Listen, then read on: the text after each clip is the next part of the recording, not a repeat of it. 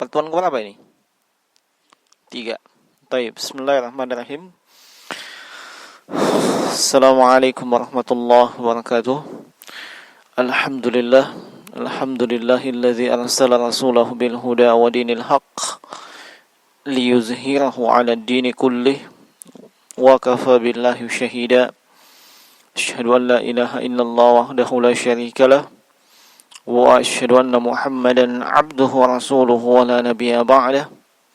Sallallahu alaihi wa ala alihi wa ashabihi wa sallama tasliman katsira. Allahumma aslih lana sya'nana kullah wa la takilna ila anfusina turfata 'ain. Allahumma anfa'na bima 'allamtana wa 'allimna ma yanfa'una wa zidna 'ilma. Ikhwani fid din wa akhwati fillah. Hadirin wal hadirat, Bapak Ibu kaum muslimin dimanapun Anda berada, para pendengar radio online Palopo Mengaji. Walhamdulillah, kita bersyukur kepada Allah Subhanahu wa taala yang dengan segala nikmat dan karunia-Nya sehingga terlaksana seluruh kegiatan dan juga amalan, baik yang sifatnya ibadah maupun yang sifatnya duniawi. Dan termasuk di antara nikmat, walhamdulillah, di saat ini kembali kita diberi kemudahan oleh Allah Subhanahu wa taala untuk dapat tafaqquh fid din, mempelajari dan mendalami ilmu agama walaupun dengan media yang terbatas, yaitu melalui kajian online. Hal itu disebabkan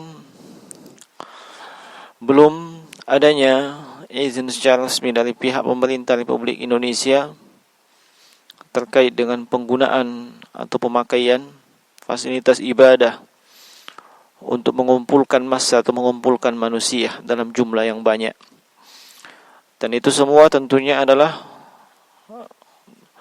salah satu bentuk ikhtiar untuk mencegah mata rantai penyebaran COVID-19 dan juga sadduz zari'ah, menutup pintu keburukan dan kejelekan yang bisa menimpa kaum muslimin berupa penyakit atau virus yang melanda manusia di seantero dunia. Dan kembali kepada pelajaran terkait dengan rambu-rambu bagi penuntut ilmu. Kita ambil dari Kitabul Ilmi yang ditulis oleh Syekh Al-Allamah Muhammad ibn Shalih Al-Utsaimin rahimahullahu ta'ala. Dan kita akan masuk kepada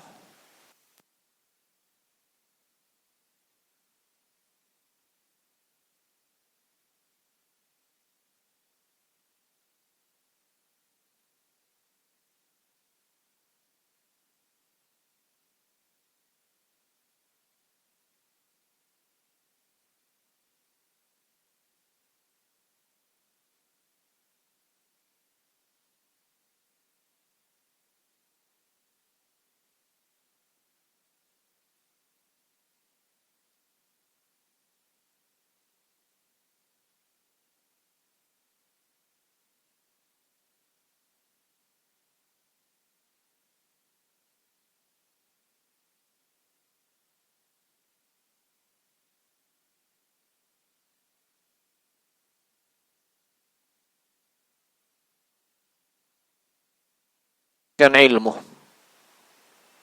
Nah, di sini nampak di bab yang kedua ini ada dua pembahasan. Olehnya disebutkan setelahnya wa yashtamilu ala faslaini. Di bab ini ada dua fasal. Al-faslul awwalu, pasal yang pertama, adabu thalibul ilmi. Adab-adab bagi seorang penuntut ilmu. Yang kedua, al-faslu tsani, pasal yang kedua adalah al-asbabul al-mu'inah ala tahsilil ilmi. Sebab-sebab yang dapat membantu untuk mendapatkan atau meraih ilmu. Ini pokok dua hal yang akan disebutkan di bab yang kedua ini. Nah, kita masuk kepada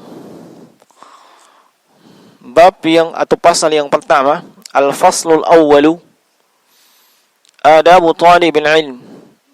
Pasal yang pertama adalah adab-adab penuntut ilmu. Nah, dan ini sekaligus rambu yang mesti diperhatikan dengan baik oleh siapapun yang hendak belajar ilmu agama, ilmu syar'i. Siapapun yang menuntut ilmu, aktivitas belajar ilmu agama, ilmu syar'i adalah aktivitas ibadah.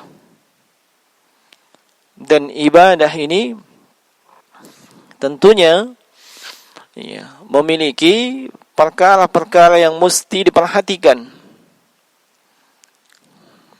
Dan sebahagian ulama bahkan menyebutkan menuntut ilmu atau talibul ilmi, talabul ilm afdalu minan nafilah. Menuntut ilmu itu lebih utama dibandingkan ibadah-ibadah nafilah. Nah, walaupun ini tidak berlaku secara mutlak,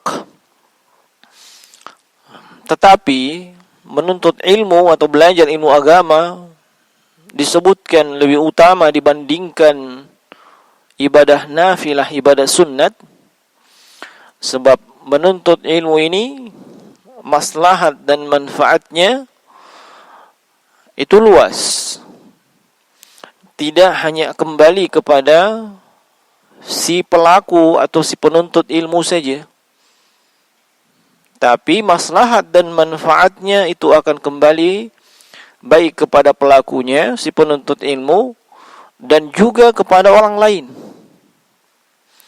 Berbeda halnya dengan ibadah nafilah, ibadah sunnat. Maslahat dan manfaatnya itu hanya kembali kepada pelakunya atau yang melakukan ibadah sunnat itu sendiri. Nah, seorang penuntut ilmu itu hendaknya memperhatikan adab-adab yang dengannya ia menghiasi dirinya ketika belajar atau menuntut ilmu. Dan para pendahulu kita yang saleh, as-salafus saleh, mereka itu sangat memperhatikan dalam perkara adab dan akhlak ini. Mereka sangat memperhatikan adab dan akhlak ini.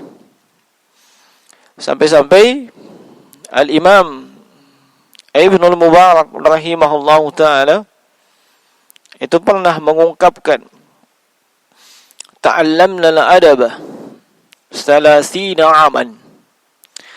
Kami belajar adab itu selama 30 tahun. Kami belajar adab selama 30 tahun. Wa ta'allamna al-ilma 20. Dan kami mempelajari ilmu selama 20 tahun. Nah, ini menunjukkan betapa urgennya adab. Nah, kata Muhammad ibn Sirin rahimahullahu ta'ala, kanu yata'allamuna al-hadiyah kama yata'allamuna al-ilmah.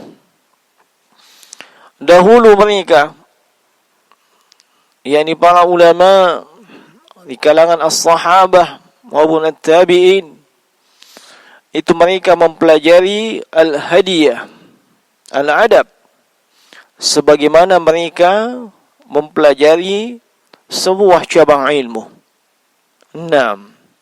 Sebuah cabang ilmu.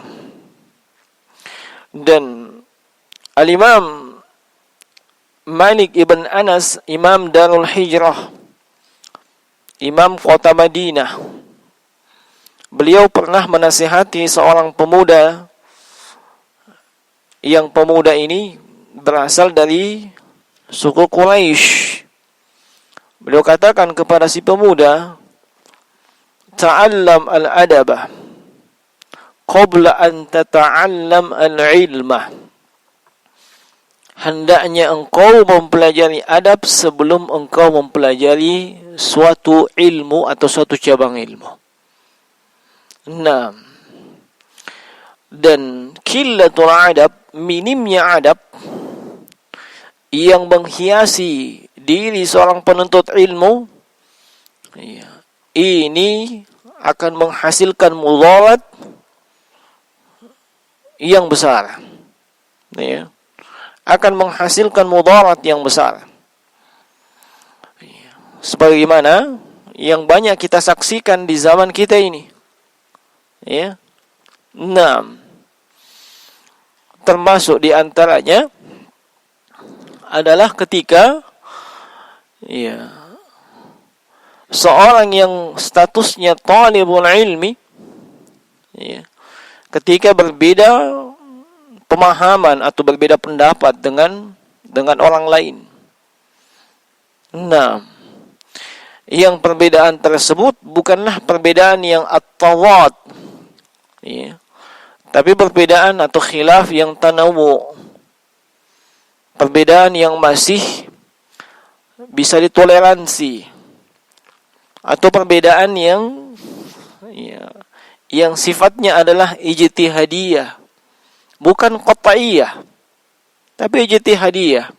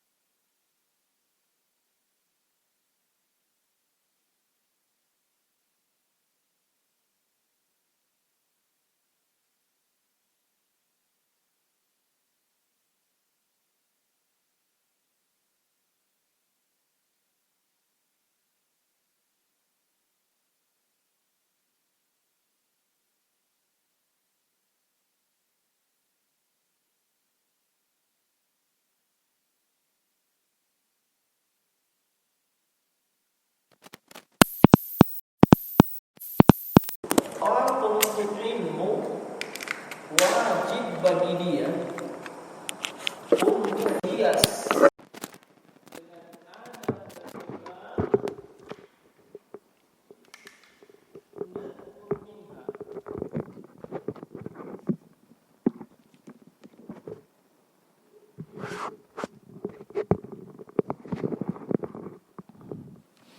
Nah, seorang penuntut ilmu itu wajib berhias dengan adab dan akhlak yang akan kita sebutkan. Di antaranya al-amrul awwalu, yang pertama di antara adab seorang penuntut ilmu adalah ikhlasun niyati lillahi azza wa jalla. Ikhlasun niyati lillahi azza wa jalla, yaitu seorang penuntut ilmu dia menghiasi dirinya dengan keikhlasan, dengan keikhlasan pada niatnya ketika menuntut ilmu, dan itu semata-mata karena Allah Subhanahu wa taala. Ya. Jadi dia belajar dengan aktivitas belajar apa saja. Apakah dia hadir di majelis, ataukah dia mendengarkan secara online, ataukah secara offline, atau dia membaca buku. Seluruh wasilah tersebut adalah wasilah pembelajaran, wasilah menuntut ilmu. Maka hendaknya dia ikhlas. Dia belajar, dia menuntut ilmu semata-mata karena Allah Subhanahu wa taala. Mengapa? Sebab menuntut ilmu ini adalah ibadah. Menuntut ilmu ini adalah aktivitas ibadah.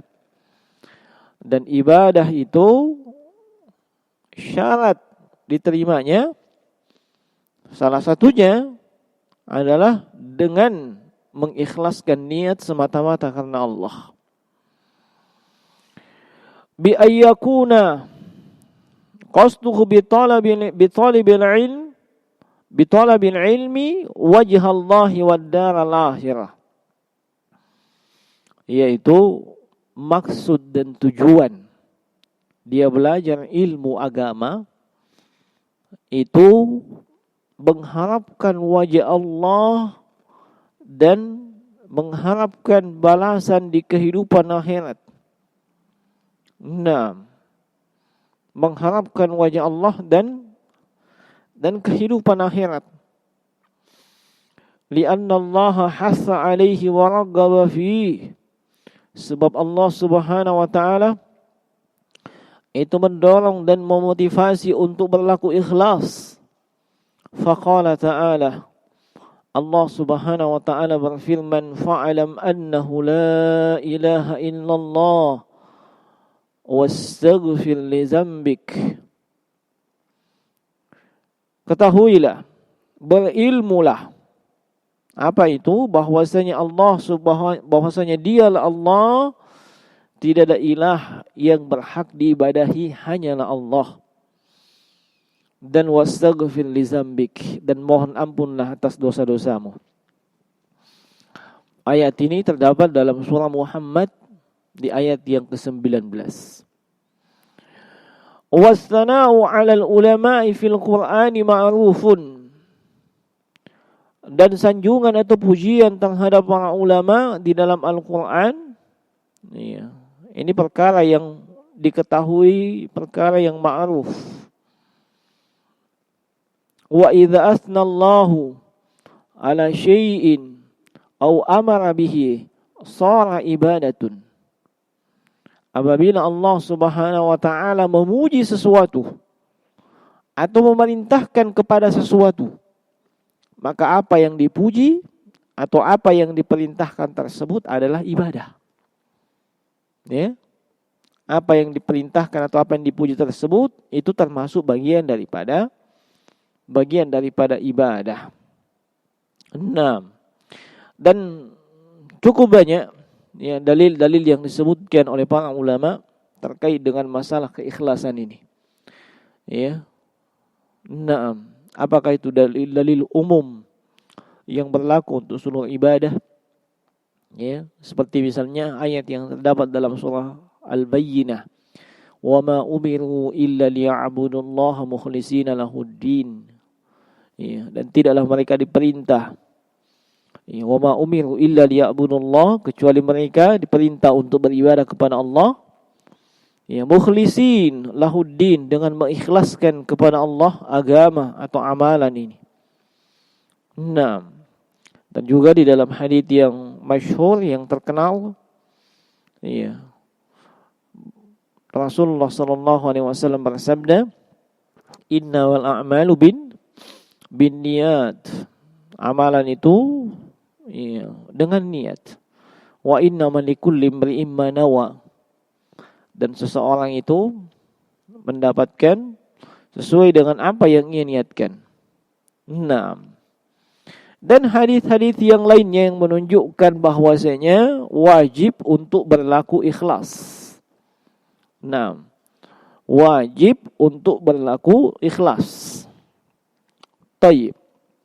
Qala al-muallif rahimahullah, idzan fayajibul ikhlas fihi lillahi. Maka wajib untuk ikhlas di dalam menuntut ilmu. Wajib untuk ikhlas dalam menuntut ilmu. Bi an yanwi al-insanu fi talabil ilmi wajh Allah azza wa jal. Yaitu seorang yang menuntut ilmu, dia niatkan menuntut ilmu tersebut untuk mengharapkan wajah Allah subhanahu wa ta'ala. Naam, mengharapkan wajah Allah subhanahu wa ta'ala. Wa idza nawa al-insanu bi talabil ilmi syar'i ayyunala syahadata liyatawassala biha ila martabatin aw ratabah. Ya. Apabila seseorang itu belajar ilmu agama, menuntut ilmu agama, ya, dia niatkan hanya untuk mendapatkan ijazah, ya, hanya untuk mendapatkan ijazah, atau persaksian, ya, yang dengan hal tersebut, ya, ia bisa memperoleh kedudukan, ia bisa meraih posisi, ya. Maka faqad qala Rasulullah sallallahu alaihi wasallam, sungguh Rasulullah sallallahu alaihi wasallam telah bersabda, "Man ta'allama ilman," siapa saja yang mempelajari suatu ilmu, ia bertagi bihi wajh Allah azza wa jalla, yang seharusnya dia mempelajarinya dengan ikhlas, yaitu dengan mengharapkan wajah Allah subhanahu wa ta'ala. La yata'allamuhu illa liyusiba bihi aradhan minad dunya, tapi dia tidak pelajari itu kecuali hanya untuk mendapatkan bagian dari dunia. Maka lam yajid urfal jannah, dia tidak akan mendapatkan baunya surga pada hari kiamat. Naam. Ini hadits dikeluarkan oleh Imam Ahmad di dalam musnadnya. Naam. Wa hadza wa'idun syadid, dan ini adalah ancaman yang sangat dahsyat. Apa ancamannya? Yaitu dia tidak akan mencium bau surga. Kalau tidak mencium bau surga, maka tentu ia tidak bisa masuk surga. Nah, ia tidak bisa masuk ke dalam surga. Dan ini menunjukkan bahwasanya itu bukan dosa kecil. Ya. Itu bukan dosa yang enteng. Sebab ancamannya cukup dahsyat. Ancamannya cukup dahsyat. Tidak main-main. Nah, tidak main-main. Dan karena ancamannya dahsyat, ini menunjukkan bahwasanya kadang ada seorang belajar ilmu agama, menuntut ilmu agama, yang notabene itu adalah aktivitas ibadah. Ternyata di saat bersamaan dia bermaksiat kepada Allah. Di saat bersamaan dia melakukan dosa besar kepada Allah. Apa itu? Yaitu dia tidak ikhlas di dalam menuntut ilmu. Ya. Maksud dan tujuannya bukan kepada Allah, tapi untuk mendapatkan bagian-bagian duniawi. Ya. Apakah itu dia ingin cuma dapat ijazah, pengakuan?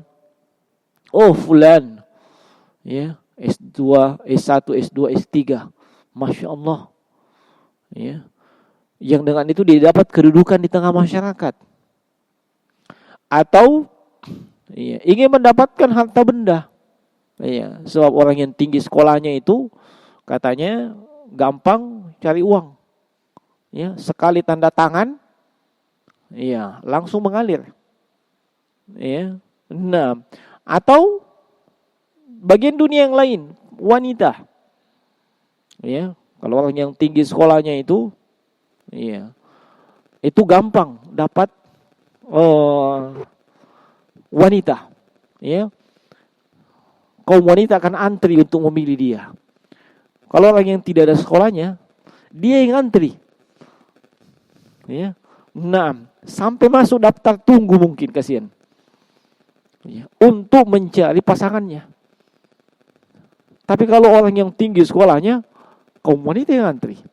Kalau tujuannya hanya untuk itu namanya dia berdosa dan bermaksiat kepada Allah. Nah, makanya ancamannya tidak sedikit. Atau dia ingin belajar ilmu agama, ilmu syar'i, supaya nanti dia dipanggil ustaz. Dipanggil ustaz. Nah, Masya Allah, Ustaz Fulan. Dipanggil kiai. Dipanggil ulama. Nah, ini termasuk di antara golongan yang pertama kali masuk ke dalam neraka.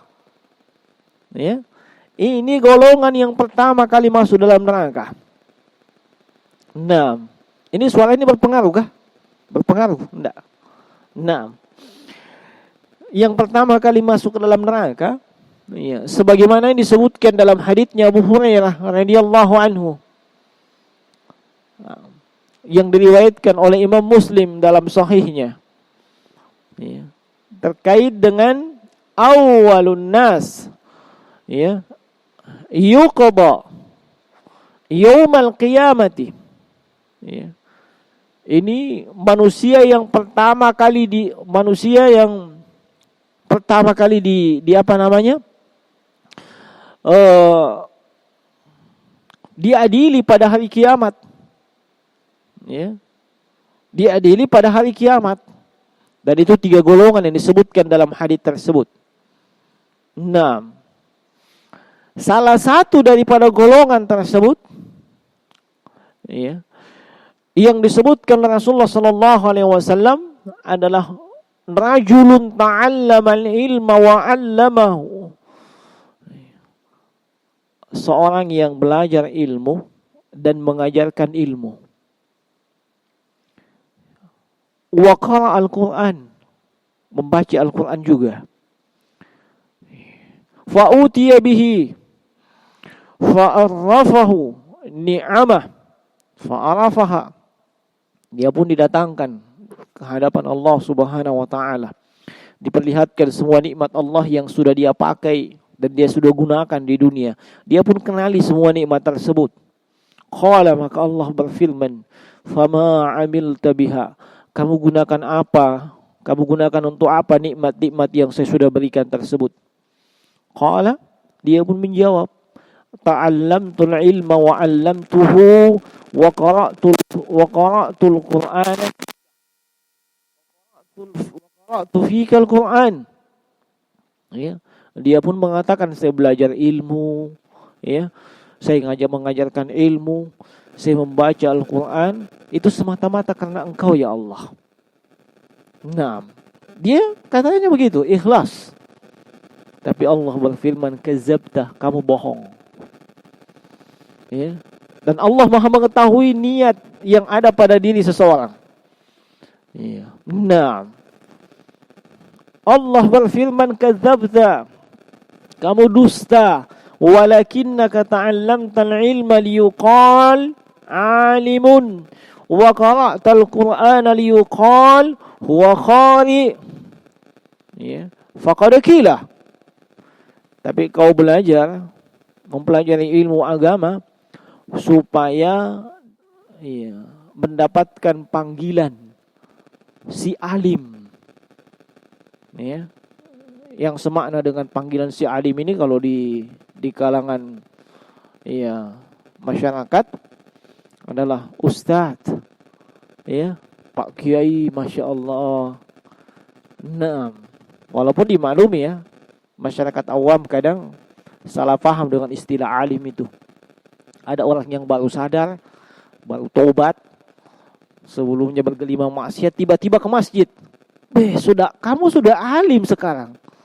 Kan gitu. Kalau masyarakat awam. Iya, itu kan salah paham namanya.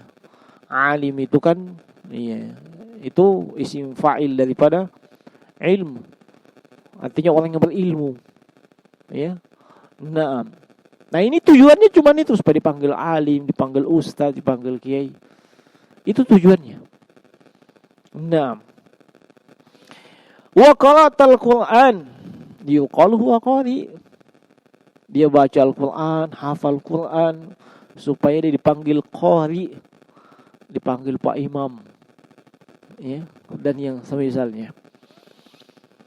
Faqad qila, dan kamu sudah dapat itu di dunia. Ya, artinya karena memang niat dan tujuannya itu, dia belajar Al-Quran supaya dipanggil qari, disebut sebagai qari, ya. Dia belajar ilmu agama supaya disebut sebagai ustadz, kiai, dan seterusnya. Ya, karena memang itu tujuannya. Dia sudah dapat itu tujuannya di dunia. Dia sudah disebut seperti itu. Nah, tidak ada tujuan yang lain, tidak ada niat yang lain selain daripada itu. Maka apa yang terjadi? Iya. Summa umira bihi, iya, fasuhiba ala wajhi hatta ulqiya finnar. Iya. Nah, yang seperti ini kemudian malaikat akan menyeret orang tersebut dalam keadaan wajahnya tertelungkup, kemudian dilemparkan ke dalam neraka. Ya, lihat, menuntut ilmu luar biasa, amalan yang luar biasa. Ya, nah, amalan yang luar biasa. Tapi kalau keliru dalam masalah niat, keliru niatnya, itu bisa mengantarkan seseorang kepada neraka. Bisa mengantarkan seseorang kepada neraka. Nah, dan di dalam Al-Quran Allah Subhanahu wa ta'ala mengancam, seperti dalam surah Hud di ayat yang ke-15 dan juga 16.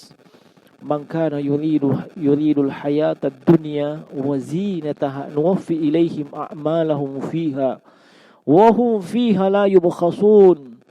Siapa saja yang menginginkan kehidupan dunia ini, wa zinataha, dan perhiasannya, maka nuwaffi ilaihim a'malahum fiha wa hum fiha la yubkhasun. Dia akan diberikan sesuai dengan niatan dan tujuannya, dan dia tidak akan dirugikan. Dia akan diberikan sesuai dengan apa yang menjadi niat dan tujuannya, dan sesuai dengan yang Allah takdirkan untuk dia. Artinya belum pasti juga. Ada orang belajar ilmu agama, dia niatnya apa? Supaya dipanggil ustadz, dipanggil kiai, dan seterusnya. Apakah tercapai? Apakah itu pasti tercapai? Belum tentu. Belum tentu nanti dia dipanggil ustadz. Ya, belum tentu nanti dipanggil kiai. Nah, iya. Allah akan berikan hal tersebut sesuai dengan yang Allah takdirkan untuk dia. Jadi belum pasti juga. Ya. Tapi yang pasti ulaikal ladzina laisa lahum fil akhirati illa an-nar wa habita ma sana'u fiha wa batilum ma kanu ya'malun. Inilah orang yang di akhirat itu tidak dapat apa-apa. Tidak dapat balasan apa-apa dari ibadahnya tersebut berupa menuntut ilmu kecuali hanya neraka. Ya, terhapus amalannya, tidak bermanfaat. Iya, dan ini peringatan yang hendaknya betul-betul diperhatikan oleh setiap penuntut ilmu, termasuk saya pribadi. Iya. Nah, termasuk saya pribadi. Amalan atau aktivitas menuntut ilmu ini itu amalan yang luar biasa. Iya, sampai-sampai sebahagian dari para ulama as-salaf itu menyebutkan menuntut ilmu itu amalan yang paling utama. Nah, seperti disebutkan oleh Imam Ibnu Mubarak rahimahullahu taala, ma a'lamu syai'an afdala min talabil hadis liman arada Allah azza wa jalla. Saya tidak mengetahui ada sesuatu yang paling utama dibandingkan menuntut ilmu hadis. Tetapi ini bagi siapa?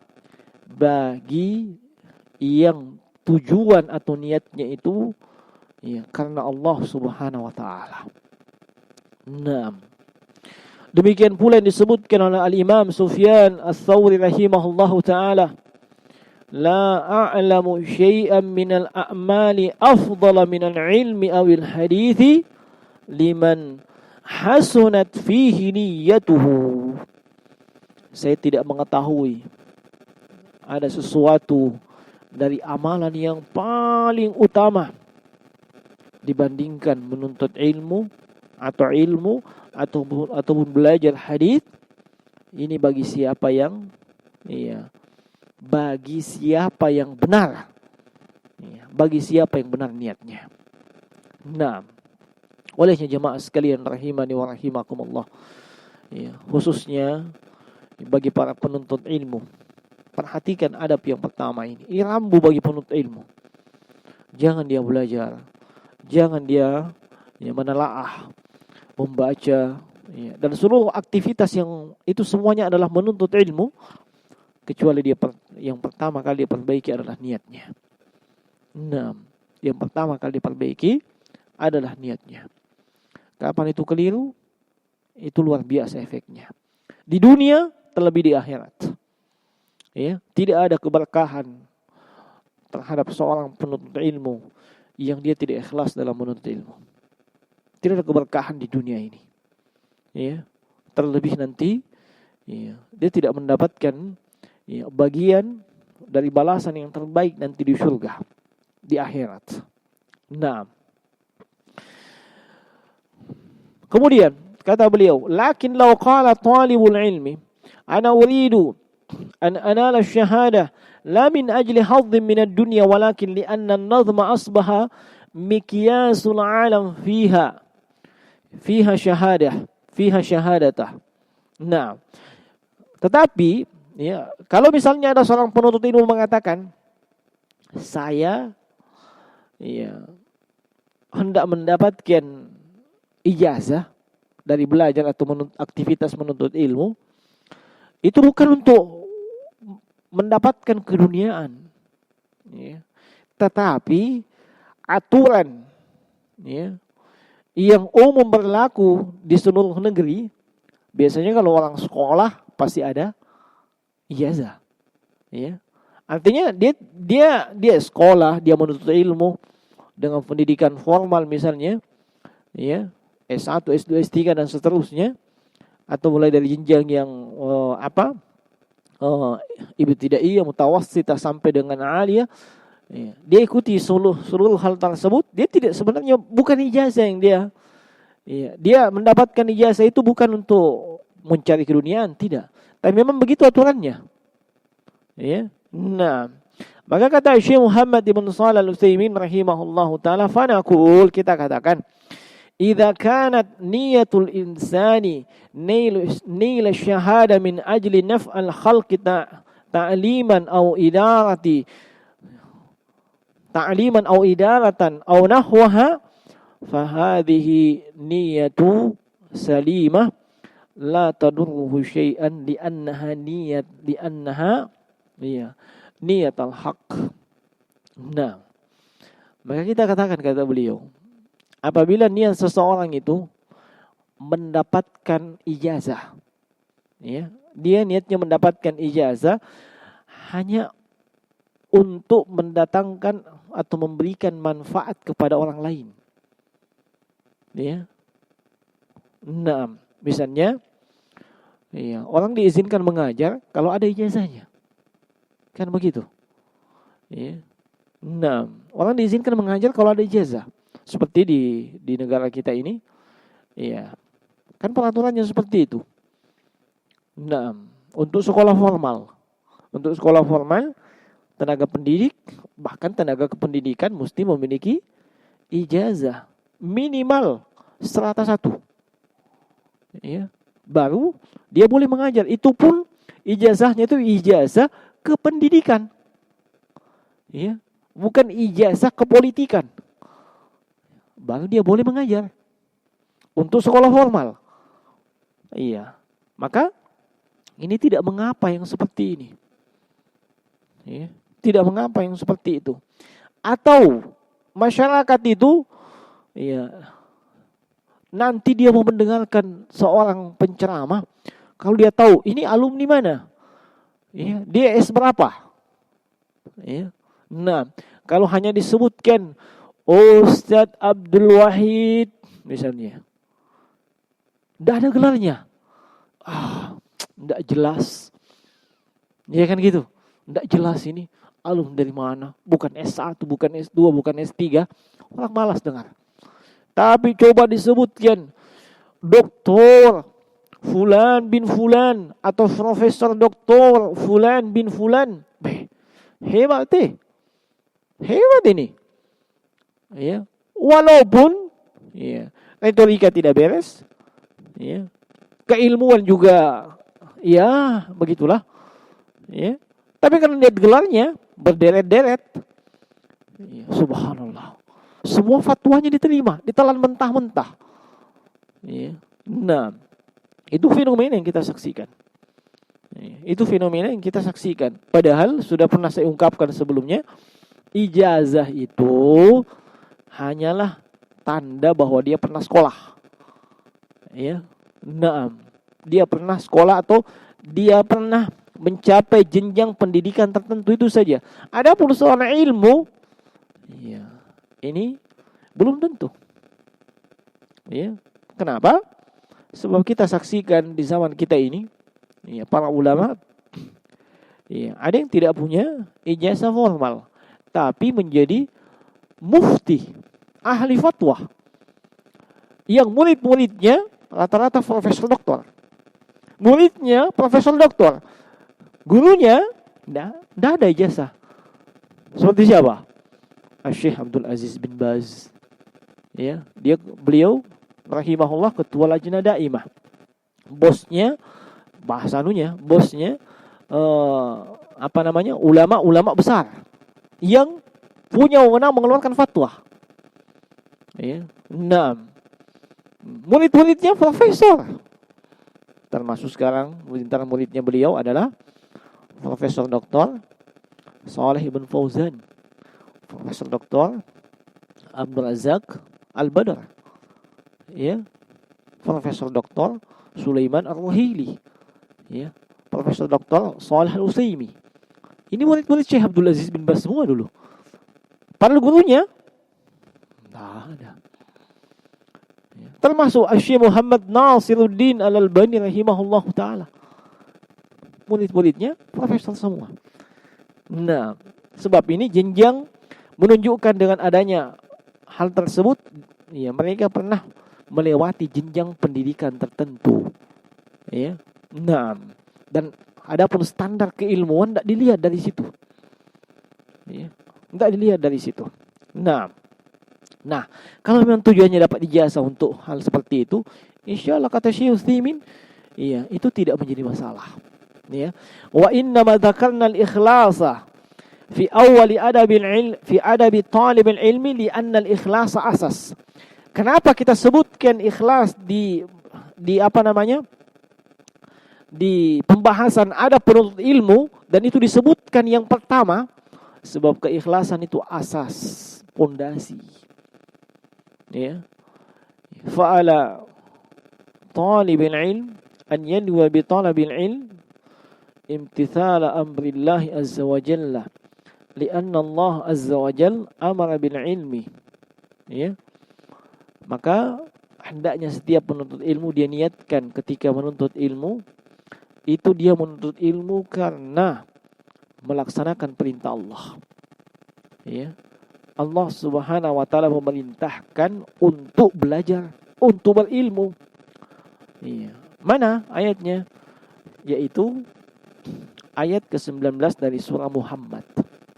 Fa'lam, berilmulah. Ya, diperintah. Iya. Bahkan iya, Nabi sallallahu alaihi wasallam itu hanya diperintah untuk menambah ilmu. Ya. Nah, hanya diperintah untuk menambah ilmu. Fa'amala bil ilmi fa idza ta'allamta fa innaka mumtathilun li amrillahi azza wa jalla. Maka iya, Allah Subhanahu wa taala di ayat tersebut memerintahkan untuk berilmu. Iya, sehingga ketika Anda belajar, iya, hadirkan dalam diri Anda melaksanakan perintah Allah. Anda melaksanakan perintah Allah. Apa itu? Belajar ilmu agama. Itu perintah Allah. Perintah, bahkan perintah Rasulnya sallallahu alaihi wasallam. Dan itu apa yang Allah perintahkan, apa yang Rasulullah perintahkan, itu ibadah. Dan ibadah itu, ya, pondasinya adalah keikhlasan. Ya, sebagaimana ibadah-ibadah yang lain. Ya, pondasinya adalah keikhlasan. Tanpa keikhlasan, Anda tidak mendapatkan apa-apa. Ya. Nah, Anda hanya akan mendapatkan sesuai dengan apa yang Anda niatkan dan sesuai dengan apa yang Allah takdirkan untuk Anda. Ya, sesuai dengan apa yang ditakdirkan untuk Anda. Adapun keberkahan daripada ilmu tersebut, ya, nah, demikian pula dengan balasan di akhirat Anda tidak dapat. Kecuali seperti yang disebutkan dalam surah Hud tadi, yaitu bagian daripada neraka. Ini rambu yang hendaknya seorang penuntut ilmu dia perhatikan. Ya, maka ya, wasilah apa saja yang dengannya dia menuntut ilmu, ya, tanamkan keikhlasan itu dalam dirinya. Nah, tanamkan keikhlasan itu dalam dirinya. Dia berusaha untuk berlaku ikhlas, ya, sembari memohon pertolongan Allah Subhanahu wa taala. Ya, memohon agar diberikan keikhlasan dalam seluruh aktivitasnya, dalam seluruh ibadahnya, termasuk menuntut ilmu. Nah, dan ini adab yang pertama, ya. Nah, dan adapun adab yang berikutnya, insyaallah di kesempatan yang lain atau di kesempatan berikutnya. Saya kira ini jemaah sekalian, di kesempatan ini, pertemuan ini, ya, kajian online kita terkait dengan rambu-rambu bagi seorang penuntut ilmu yang hendaknya diperhatikan. Saya kira cukup. Ya, yang benar hanya datang dari sisi Allah Subhanahu wa taala. Yang keliru itu dari sisi kami. Mohon maaf jika ada, ya, kekurangan, jika ada hal-hal yang tidak berkenan, ya. Saya mohon ampun kepada Allah, dan juga saya minta maaf kepada seluruh pendengar dimanapun Anda berada.